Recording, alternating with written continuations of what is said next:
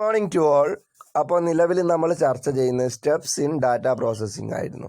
ഇതിൻ്റെ ആദ്യത്തെ 3 സ്റ്റെപ്പ് നമ്മൾ കഴിഞ്ഞ ക്ലാസ്സിൽ ഡിസ്കസ് ചെയ്തതായിരുന്നു. ഫസ്റ്റ് വൺ ക്വസ്റ്റിനെയർ ചെക്കിംഗ് ആയിരുന്നു, സെക്കൻഡ് എഡിറ്റിംഗ്, തേർഡ് കോഡിംഗ്.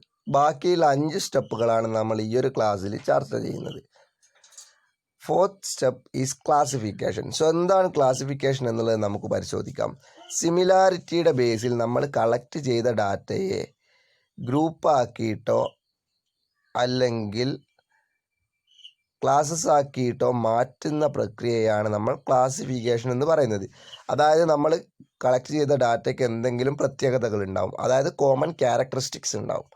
ഈ ഒരു കോമൺ ക്യാരക്ടറിസ്റ്റിക്സിൻ്റെ ബേസിലാണ് എന്ത് ചെയ്യുന്നത്, നമ്മൾ ക്ലാസ് ആക്കുന്നത് അല്ലെങ്കിൽ ഗ്രൂപ്പ് ആക്കുന്നത്. സോ ഇങ്ങനെ ഗ്രൂപ്പ് ആക്കുന്നത് കൊണ്ട് തന്നെ നമുക്ക് നമ്മുടെ പ്രവർത്തനം, റിസർച്ച് ഫങ്ഷൻ കുറച്ചുകൂടി സിമ്പിളായിട്ട് മാറുന്നുണ്ട്. Classification of data, which happens to be the process of arranging data in groups or classes on the basis of common characteristics. അപ്പോൾ on the basis of common characteristics ആണെന്നുള്ള കാര്യം നിങ്ങൾ ഓർമ്മിക്കുക. Data having a common characteristics are placed in one classes and in the way the entire data get divided into number of groups or classes. അതായത് ഒരേപോലെയുള്ള datas എന്ത് ചെയ്യുന്നു, ഒരു ഗ്രൂപ്പിലേക്ക് മാറ്റുന്നു. സോ ഇങ്ങനെ തന്നെയാണ് മൊത്തം ഡാറ്റയെയും ഡിവൈഡ് ചെയ്യുന്നത്. കോമൺ ക്യാരക്ടറിസ്റ്റിക്സിനനുസരിച്ചാണ് നമ്മൾ ഡാറ്റയെ ഗ്രൂപ്പാക്കിയിട്ടും ക്ലാസ് ആക്കിയിട്ടും മാറ്റുന്നത്. അപ്പോൾ ക്ലാസിഫിക്കേഷൻ നമുക്ക് രണ്ടായിട്ട് തരംതിരിക്കാം. On the base of attribute, on the base of class interval. അപ്പോൾ എന്താണ് ആക്സലറേറ്റഡ് ടു ആട്രിബ്യൂട്ട് അല്ലെങ്കിൽ on the basis of attributes എന്നുള്ളത് നോക്കാം. Data are classified on the basis of common characteristics which can either be descriptive or numerical. ഒന്നുകിൽ descriptive or numerical നാച്ചുറലുള്ള ഡാറ്റയാണ് നമ്മൾ attributes എന്ന് വിളിക്കുന്നത്. അതായത് ചിലപ്പോൾ ഡിസ്ക്രിപ്റ്റീവിന് ഉദാഹരണം എന്ന് പറയുന്നത് ലിറ്ററസി റേറ്റ് ആവാം, സെക്സ് ആവാം, ഹോണസ്റ്റി ആവാം, ഇങ്ങനെയുള്ള കാര്യങ്ങളാണ്. ന്യൂമറിക്കലിൽ വെയ്റ്റ്, ഹൈറ്റ്, ഇൻകം എക്സെട്ര തുടങ്ങിയ കാര്യങ്ങളാണ്. സോ ഒന്നുകിൽ ഡിസ്ക്രിപ്റ്റീവ് ഡാറ്റയാവാം അല്ലെങ്കിൽ ന്യൂമറിക്കൽ ഡാറ്റയാവാം. ഈ ഒരു 2 ഡാറ്റയും നമ്മൾ ആട്രിബ്യൂട്ട്സ് ആക്കി ക്ലാസിഫൈ ചെയ്യുന്നു. രണ്ടാമത്തേത് ക്ലാസ് ഇൻ്റർവെല്ലാണ്. On the base of class ഇൻ്റർവെല്ലാണ്. ക്ലാസ് ഇൻ്റർവെല്ലിനെ നമ്മൾ 2ആയിട്ട് ക്ലാസിഫൈ ചെയ്യുന്നുണ്ട്, എക്സ്ക്ലൂസീവ് ടൈപ്പും ഇൻക്ലൂസീവ് ടൈപ്പും. അപ്പോൾ എക്സ്ക്ലൂസീവ് ക്ലാസ് ഇൻ്റർവെൽ എന്താണെന്ന് ചോദിച്ചു കഴിഞ്ഞാൽ, നിങ്ങൾ കണ്ടിട്ടില്ല ക്ലാസ് ഇൻ്റർവെൽ എഴുതുമ്പോൾ 10 to 20, 20 to 30. നിങ്ങൾ ന്യൂമറിക്കൽ സ്കില്ല് പഠിച്ചതാണ് ഈ ഒരു കോൺസെപ്റ്റ്. എന്നാലും ഒന്നുകൂടി പറഞ്ഞുതരാം. 10 to 20, 20 to 30, 30 to 40, 40 to 50 എന്ന് നമ്മൾ ക്ലാസ് ഇൻ്റർവെൽ എഴുതുന്നുണ്ട്. സോ ഇവിടെ എക്സ്ക്ലൂസീവ് ക്ലാസ് ഇൻ്റർവെല്ലിൻ്റെ അർത്ഥം എന്താണെന്ന് വെച്ചാൽ 10 to 20 എന്ന് വെച്ചാൽ 10 മുതൽ, എന്നാൽ 20 പെടുന്നില്ല, 10 മുതൽ 20 താഴെയുള്ള സംഖ്യകളാണെന്ത് 10 to 20 വരുന്നത്. 20 to 30 ആകുമ്പോൾ 20 മുതൽ, എന്നാൽ 30ൻ്റെ അണ്ടറിലുള്ള സംഖ്യ. സോ ഈ ഒരു രീതിയിലാണ് എന്ത് ചെയ്യുന്നത്, എക്സ്ക്ലൂസീവ് ടൈപ്പ് ക്ലാസ് ഇൻ്റർവെല് വരുന്നത്. ഈ ഒരു കോൺസെപ്റ്റ് കൃത്യമായിട്ട് മനസ്സിലാക്കുക. 10 to 20 വന്നു കഴിഞ്ഞാൽ 10 ഉൾപ്പെടുന്നുണ്ട്, പക്ഷേ 20ന് താഴെയുള്ളതാണ്. 20 to 30 ആകുമ്പോൾ 20 ഉൾപ്പെടുന്നുണ്ട്, പക്ഷേ 30ന് താഴെയുള്ളതാണ്.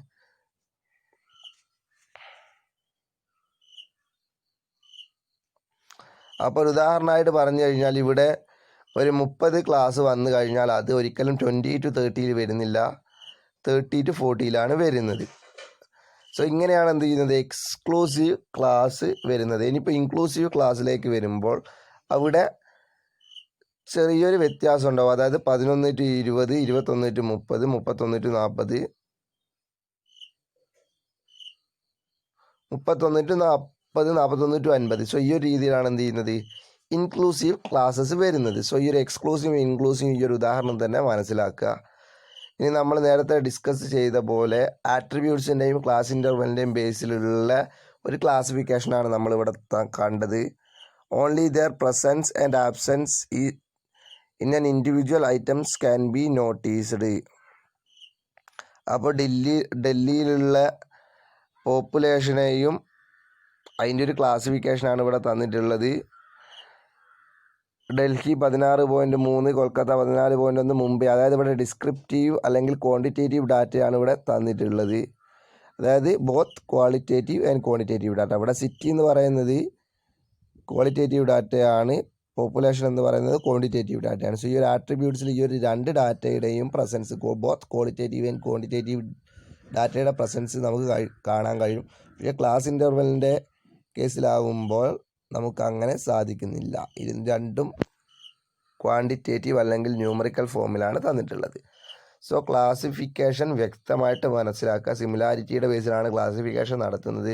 ക്ലാസിഫിക്കേഷൻ നമുക്ക് പ്രധാനമായും രണ്ട് രീതിയിൽ, ഓൺ ദ ബേസ് ഓഫ് ആട്രിബ്യൂട്ട്സും ഇൻ്റർവെല്ലും എന്നിങ്ങനെ ക്ലാസിഫൈ ചെയ്യാൻ സാധിക്കും. സോ ഈ ഒരു കോൺസെപ്റ്റ് കൃത്യമായിട്ട് ഐഡൻറ്റിഫൈ ചെയ്യുക. ഇനി ടാബുലേഷൻ ആണ്. Tabulation is the process of summarising raw data and displaying and the same component from in the form of statistical table. അതായത് നമ്മൾ കളക്ട് ചെയ്ത ഡാറ്റയെ ടേബിൾ ഫോമിലേക്ക് കൺവേർട്ട് ചെയ്യുന്ന പ്രോസസ്സിനെയാണ് നമ്മൾ ടാബുലേഷൻ എന്ന് വിളിക്കുന്നത്. In A broader sense tabulation is an orderly arrangement of data in columns and rose. സിമ്പിളായിട്ട് പറഞ്ഞു കഴിഞ്ഞാൽ നമ്മൾ കളക്ട് ചെയ്ത ഡാറ്റയെ കോളവും റോയും ആക്കി മാറ്റുന്ന പ്രോസസ്സാണ് ടാബുലേഷൻ. എന്തുകൊണ്ടാണ് ഈ ഒരു ടാബുലേഷൻ അല്ലെങ്കിൽ ടേബിൾ ഫോമിലേക്ക് ആക്കി മാറ്റുന്നതിന് ഒരു പ്രാധാന്യമുള്ളത് എന്ന് ചോദിച്ചു കഴിഞ്ഞാൽ, it conserve space and reduce explanatory and descriptive statement to a minimum. അതായത് നമുക്ക് ടേബിൾ ഫോമിലേക്ക് മാറ്റുമ്പോൾ, ഏതൊരു ഡാറ്റയും നമ്മൾ ഒരു ബാർ ഡയഗ്രത്തിലേക്ക് മാറ്റുമ്പോൾ നമുക്കത് സിമ്പിളായിട്ടൊരു സാധാരണക്കാരന് മനസ്സിലാക്കാൻ സാധിക്കും. അത് കണ്ടു കഴിഞ്ഞാൽ നമുക്ക് കൂടുതൽ എക്സ്പ്ലനേഷനോ കാര്യങ്ങളോ വേണ്ട. അതായത് ടേബിൾ ഫോമിലേക്ക് മാറ്റുമ്പോൾ ഈ ഒരു കോംപ്ലക്സ് ഡാറ്റയുടെ കോംപ്ലക്സിറ്റി കുറയുകയും അത് സിമ്പിൾ ഫോമിലേക്കായി മാറുകയും ചെയ്യുന്നു. അവിടെ ഒരു എക്സ്ട്രാ എക്സ്പ്ലനേഷൻ്റെ ആവശ്യം വരുന്നില്ല. Second point, it facilitate the process of comparison. കൃത്യമാണ്, നമുക്ക് ടേബിൾ ഫോമിലേക്ക് മാറ്റിക്കഴിഞ്ഞാൽ അവിടെ കമ്പാരിസൺ പ്രോസസ്സ് വളരെ സിമ്പിളായിട്ട് നടക്കുന്നു, അല്ലെങ്കിൽ നമുക്ക് ഈ എളുപ്പത്തിൽ ഐഡൻറ്റിഫൈ ചെയ്യാൻ സാധിക്കുന്നു. മൂന്നാമത്തേത്, it facilitate the summation of items and detection of errors and omissions. നമുക്ക് ടേബിൾ ഫോമിലേക്ക് ആക്കിക്കഴിഞ്ഞാൽ കൃത്യമായിട്ട് സമ്മറൈസ് ചെയ്യാനും അവിടെ എന്തെങ്കിലും പ്രശ്നങ്ങൾ, മിസ്റ്റേക്സോ എറേഴ്സോ ഒമിഷൻസോ ഉണ്ടാക്കിയിട്ടുണ്ടെങ്കിൽ അത് ഐഡൻറ്റിഫൈ ചെയ്യാനും സാധിക്കുന്നുണ്ട്. Last point, it provide A basis for various statistical computation. അപ്പോൾ നമ്മൾ ചെയ്യുന്ന വ്യത്യസ്തങ്ങളായ സ്റ്റാറ്റിസ്റ്റിക്കൽ കാൽക്കുലേഷൻ അല്ലെങ്കിൽ കമ്പ്യൂട്ടേഷൻ ഒരു ബേസിസാണ് ഈ ഒരു ടേബിൾ അല്ലെങ്കിൽ ഡയഗ്രാം എന്ന് പറയുന്നത്. സോ ടാബുലേഷൻ സിമ്പിളായിട്ട് പറഞ്ഞു കഴിഞ്ഞാൽ നമ്മുടെ കയ്യിലുള്ള ഡാറ്റ ടേബിൾ ഫോമിലേക്ക് അല്ലെങ്കിൽ ഡയഗ്രാം ഫോമിലേക്ക് മാറ്റുന്ന പ്രോസസ്സിനെയാണ് നമ്മൾ ടാബുലേഷൻ എന്ന് വിളിക്കുന്നത്. ഈ ഒരു ടാബുലേഷൻ എന്തുകൊണ്ടാണ് പ്രസക്തി ഉള്ളത് എന്ന് ചോദിച്ചു കഴിഞ്ഞാൽ, ഒന്നാമത്തേത് അത് സിമ്പിൾ ഫോമിലേക്ക് മാറ്റുന്നു. രണ്ടാമത്തേത് എന്തെങ്കിലും എറേഴ്സോ ഒമിഷൻസോ ഉണ്ടെങ്കിൽ ഐഡൻറ്റിഫൈ ചെയ്യാൻ സാധിക്കുന്നു. മൂന്നാമത്തേത് കമ്പാരിസൺ സാധിക്കുന്നു. നാലാമത്തേത് വ്യത്യസ്തങ്ങളായ സ്റ്റാറ്റിസ്റ്റിക്കൽ കാൽക്കുലേഷനെ കമ്പ്യൂട്ടേഷന് ബേസിസ് ആയിട്ട് പ്രവർത്തിക്കുന്നു. സോ ഈ ഒരു ടാബുലേഷന് ഒരു ഉദാഹരണമാണ് ഇവിടെ തന്നിട്ടുള്ളത്. നമ്മൾ ടാബുലേഷൻ എങ്ങനെ ചെയ്യണം എന്നുള്ളതാണ് തന്നിട്ടുള്ളത്. ഒന്നാമത്തെ കോളം കൃത്യമായിട്ട് നമ്മൾ ടാബുലേഷൻ ചെയ്യുന്നതിന് ഉദാഹരണം ആയിട്ട് തന്നിട്ടുണ്ട്. നമ്മൾ ഒരിക്കലും രണ്ടാമത്തെ രീതിയിലേക്ക് ചെയ്യരുത്. Serial number, gender, number of respondent, percentage.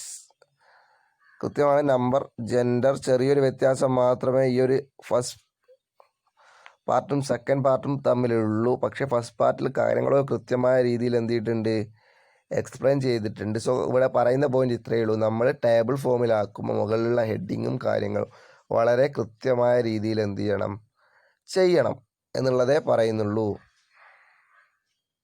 So next നമ്മൾ ഈ ഒരു ടാബുലേഷൻ ടേബിൾ ഫോമിലേക്ക് ആക്കുമ്പോൾ നമ്മൾ ശ്രദ്ധിക്കേണ്ട കാര്യങ്ങൾ എന്തൊക്കെയാണ്, അതായത് ഡാറ്റ ടേബിൾ ഫോമിലേക്ക് ആക്കുമ്പോൾ നമ്മൾ ശ്രദ്ധിക്കേണ്ട കാര്യങ്ങൾ അല്ലെങ്കിൽ പ്രിൻസിപ്പിൾ എന്തൊക്കെയാണെന്നുള്ളതാണ് നമ്മൾ നോക്കുന്നത്. ഒരു പ്രാവശ്യം ഇത് ന്യൂമറിക്കൽ സ്കിൽസിന് എക്സാമിന് ചോദിച്ചൊരു ഏരിയ ആണ്. അതായത് ചിലപ്പോൾ റിസർച്ചിനും ചോദിക്കാൻ സാധ്യതയുള്ള, അതുപോലെ പഠിച്ചു കഴിഞ്ഞാൽ ന്യൂമറിക്കൽ സ്കില്ലിന് കൂടി ആവശ്യം വരുന്ന ഒരു ഏരിയ ആണിത്. നമുക്കൊന്ന് നോക്കാം. Every table should have A clear, concise and adequate title, and this title should always placed to above the body of the table. അപ്പം നമ്മൾ നേരത്തെ ടേബിൾ കണ്ടപ്പോൾ അവിടെ ഒരു എന്തുണ്ട്, ഒരു ഹെഡിങ് ഉണ്ട്. സോ ആഡ്വക്കേറ്റ് ഹെഡിങ് വേണം. ഇവിടെയുള്ള ഹെഡിങ് എന്ന് പറയുന്നത് ജെൻഡർ ക്ലാസിഫിക്കേഷൻ എന്നാണ്. സോ നമ്മൾ ആ കൊടുക്കുന്ന ഈ ഒരു ഹെഡിങ് പ്രോപ്പർ ആയിരിക്കണം, വളരെ കൃത്യമായിരിക്കണം. അതാണ് ഒന്നാമത്തെ പോയിന്റ് പറഞ്ഞ കാര്യം. Every table should be given A distinct number two facilitate easy reference. അപ്പോൾ കൃത്യമായിട്ടുള്ളൊരു ഡിസ്റ്റിങ്ക്റ്റ് നമ്പർ ഇവിടെ നിങ്ങൾ കണ്ടിട്ടുണ്ട്, ടേബിൾ 1 എന്നുള്ള ഒരു നമ്പർ. അപ്പോൾ അങ്ങനെ കൊടുത്തു കഴിഞ്ഞാൽ നമുക്ക് എന്ത് ചെയ്യാം, കൃത്യമായിട്ട് ഐഡൻറ്റിഫൈ ചെയ്യാൻ സാധിക്കും. അതായത് ഒരു റിസേർച്ചിൽ അല്ലെങ്കിൽ നമ്മൾ ചെയ്യുന്ന ഒരു വർക്കിൽ ഒരുപാട് ടേബിൾസ് ഉണ്ടാവും. അപ്പോൾ ഓരോ ടേബിളിനും ടേബിൾ 1, ടേബിൾ 2, ടേബിൾ 3 അല്ലെങ്കിൽ ടേബിൾ എ, ടേബിൾ ബി എന്നിങ്ങനെയുള്ള ഡിസ്റ്റിങ്ക്റ്റ് നമ്പർ കൊടുത്തു കഴിഞ്ഞാൽ നമുക്ക് എളുപ്പത്തിൽ ട്രേസ് ഔട്ട് ചെയ്യാനും കമ്പാരിസൺ പ്രോസസ്സ് എളുപ്പമാക്കാനും സാധിക്കുന്നുണ്ട്. മൂന്നാമത്തെ the column headings and the row headings on the table should be clear and brief. അപ്പോൾ നമ്മളിവിടെ കണ്ട കോളം ഹെഡിങ്ങും റോ ഹെഡിങ്ങും ഒന്ന് പരിശോധിക്കുക. ഒന്നാമത്തെ കേസിൽ 2 ക്ലിയറും ബ്രീഫുമാണ്. പക്ഷേ രണ്ടാമത്തെ കേസിലേക്ക് വരുമ്പോൾ അവിടെ എന്തൊക്കെയോ മിസ്റ്റേക്സ് നമുക്ക് കാണാം. സോ പറയുന്ന പോയിന്റ് ഇത്രയേ ഉള്ളൂ, കോളം ഹെഡിങ്ങും റോ ഹെഡിങ്ങും വളരെ കൃത്യമായിട്ട് നൽകണം. നാലാമത്തത് units of measurement under each heading or sub heading must always be indicated. അപ്പോൾ നമ്മൾ യൂണിറ്റ് ഓഫ് മെഷർമെൻറ്റ് നമ്മൾ എത്രയിലാണ് എടുക്കുന്നത്, ചിലപ്പോൾ 100-ലായിരിക്കാം, 200-ലായിരിക്കാം. അപ്പോൾ ഈ ഒരു യൂണിറ്റ് ഓഫ് മെഷർമെൻറ്റ് കൃത്യമായിട്ട് കൊടുക്കേണ്ടതുണ്ട്. അഞ്ചാമത്തേത് എക്സ്പ്ലനേറ്ററി ഫുട് നോട്ട്സ് ആണ്. ഇവിടെ എക്സ്പ്ലനേറ്ററി ഫുട് നോട്ട് എന്ന് പറഞ്ഞു കഴിഞ്ഞാൽ നിങ്ങൾക്കറിയാം സോഴ്സ് പ്രൈമറി ഡാറ്റയാണെന്നുള്ള കാര്യം കൃത്യമായിട്ട് ഫുട് നോട്ട് കൊടുത്തിട്ടുണ്ട്. അതേപോലെ നമ്മൾ എന്തെങ്കിലും ഈ ഒരു ടേബിളും അല്ലെങ്കിൽ ടാബുലേഷനുമായിട്ട് ബന്ധപ്പെട്ട് എന്തെങ്കിലും എക്സ്പ്ലനേഷൻ ഉണ്ടെങ്കിൽ അത് കൃത്യമായിട്ട് നൽകേണ്ടതുണ്ട്. സോഴ്സ് ഓർ സോഴ്സസ്, നമ്മൾ ഈ ഒരു കളക്ട് ചെയ്തത് ഡാറ്റ എവിടെ നിന്നാണ് കളക്ട് ചെയ്തത് എന്നുള്ള കാര്യം കൃത്യമായിട്ട് എക്സ്പ്ലെയിൻ ചെയ്യേണ്ടതുണ്ട്. 7th point, usually the columns are separated from one another by lines which make the table more readable and attractive. അതായത് നമ്മൾ ഈ ഒരു ഓരോ കോളവും റോയും തമ്മിൽ വ്യത്യസ്തങ്ങളായ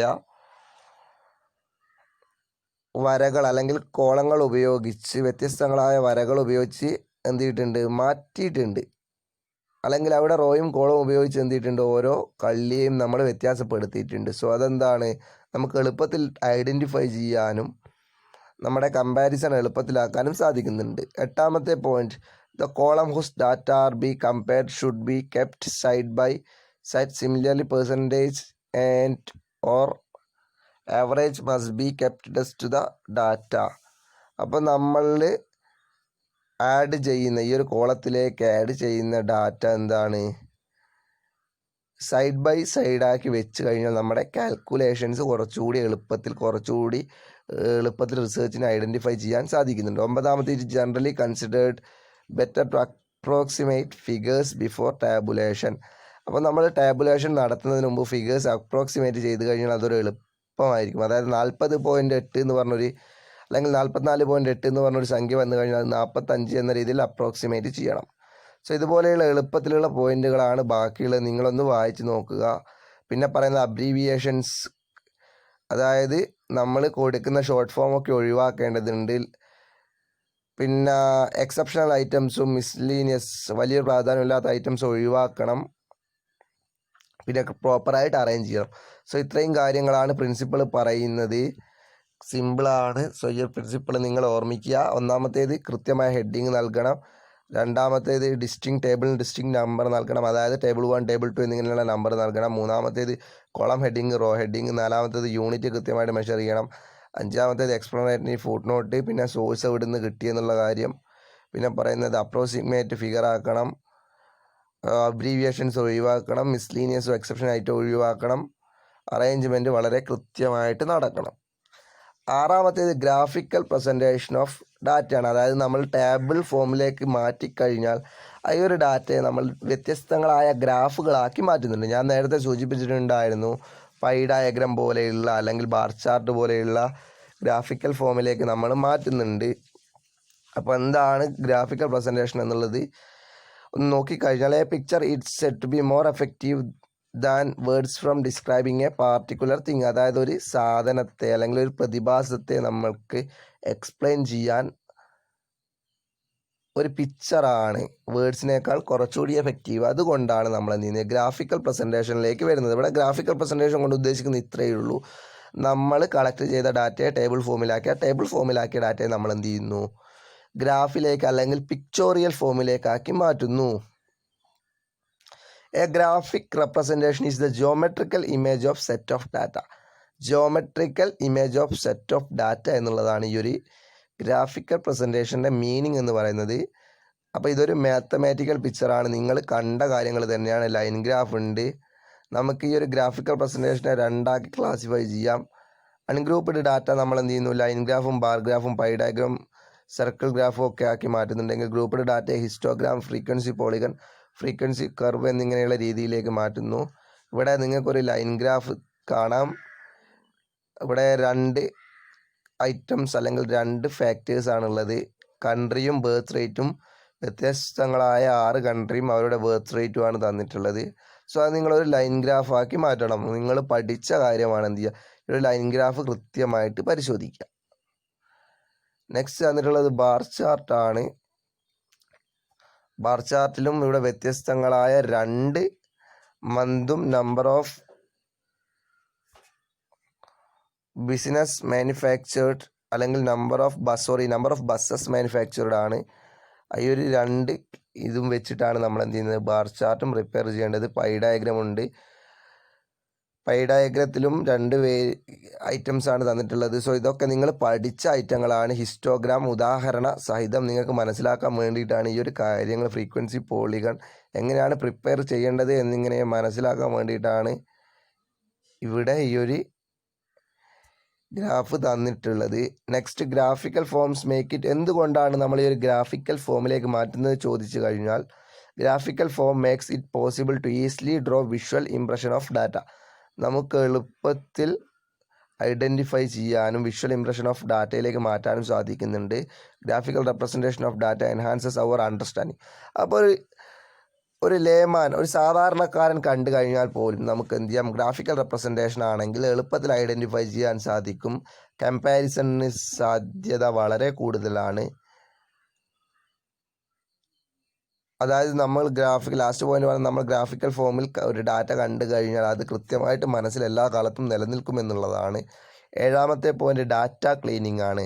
checking the data for consistency and treatment for missing value. അപ്പോൾ data cleaning ഇവിടെ നിങ്ങൾക്ക് കാണാം.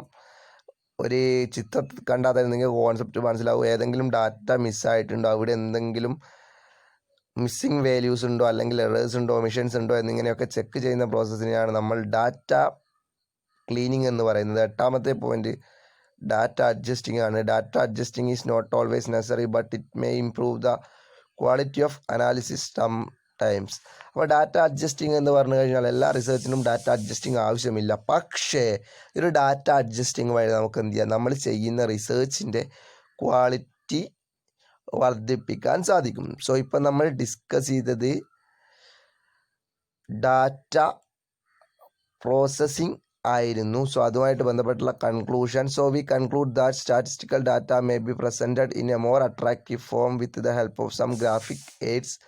സോ ഇവിടെ പറഞ്ഞ കാര്യം, നമുക്ക് ഗ്രാഫിക്കൽ മെത്തേഡ് ഉപയോഗിച്ച് കഴിഞ്ഞാൽ, പിക്ചേഴ്സ് ഉപയോഗിച്ച് കഴിഞ്ഞാൽ, ഡയഗ്രാംസ് ഉപയോഗിച്ച് കഴിഞ്ഞാൽ കുറച്ചുകൂടി എളുപ്പത്തിൽ നമുക്ക് ഈ ഒരു ഡാറ്റാസ് പ്രസൻറ്റ് ചെയ്യാൻ സാധിക്കും എന്നുള്ളതാണ്. സോ നമ്മളിപ്പോൾ ഡിസ്കസ് ചെയ്ത ഏരിയാസ് കംപ്ലീറ്റ് ആയിട്ടുണ്ട്. നമുക്കൊരു എസ്സേ പാർട്ടായിട്ട് പ്രതീക്ഷിക്കാൻ സാധിക്കുന്ന ഒരു ഏരിയയാണ് സ്റ്റെപ്സ് ഇൻ ഡാറ്റ പ്രോസസ്സിങ്. ടോട്ടലായിട്ടുള്ള ഈ ഒരു 8 സ്റ്റെപ്പുകൾ നിങ്ങളൊന്ന് ഓർമ്മിക്കുക. ഈ ഒരു 8 സ്റ്റെപ്പുകൾ നമ്മൾ ഡീറ്റെയിൽഡ് ആയിട്ട് ഇപ്പോൾ ഡിസ്കസ് ചെയ്തിട്ടുണ്ട്. Questionnaire checking, editing, coding, classification, tabulation, graphical representation, data cleaning and data adjusting. So ഈ ഒരു പവർ പോയിന്റ് പഠിച്ചു കഴിഞ്ഞാൽ നിങ്ങൾക്ക് ഈ ഒരു 15 മാർക്കിനുള്ള എസ്സേ കൃത്യമായിട്ട് എഴുതാൻ സാധിക്കും. എന്തെങ്കിലും പ്രശ്നങ്ങളോ കാര്യങ്ങളോ ഉള്ളവർ കൃത്യമായിട്ട് ചോദിച്ച് മനസ്സിലാക്കുക. നമ്മുടെ ഡാറ്റ പ്രോസസ്സിംഗ് എന്ന് പറഞ്ഞ ഏരിയാസ് ഓൾമോസ്റ്റ് കംപ്ലീറ്റ് ആയിട്ടുണ്ട്. ചെറിയൊരു ഏരിയ ആണ്. ഇനി ഏതെങ്കിലും ചെറിയ 2-3 കോൺസെപ്റ്റും കൂടി ഉണ്ട്. അത് ഞാൻ അടുത്ത ക്ലാസ്സുകളായിട്ട് ഡിസ്കസ് ചെയ്യും. Thank you.